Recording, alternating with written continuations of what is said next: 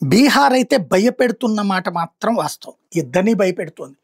బీహార్‌లో గెలుపు ఖాయమన్నటువంటి నమ్మకం ఏదైతే ఎగ్జిట్ పోల్ సర్వేస్ తర్వాత వచ్చింది ఈ కూటమికి, ఎన్‌డీఏకి. అయితే సమస్య అల్లా ఏంటంటే వచ్చిన ఓటర్లు పాజిటివా? కాదా?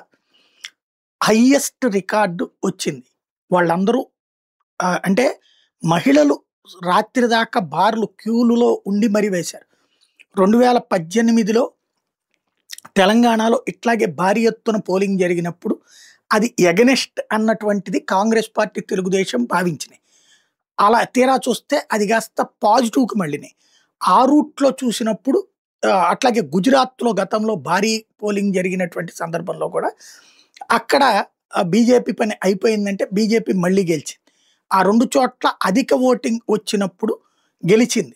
మామూలు పొలిటికల్ ఫినామినా సూత్రం ఏంటంటే ఎక్కువ ఓట్లు 50% లోపు ఉన్నప్పుడు అధికార పక్షం గెలిస్తే 50% దాటిన తర్వాత అధికార పక్షానికి డ్యామేజ్ అంట.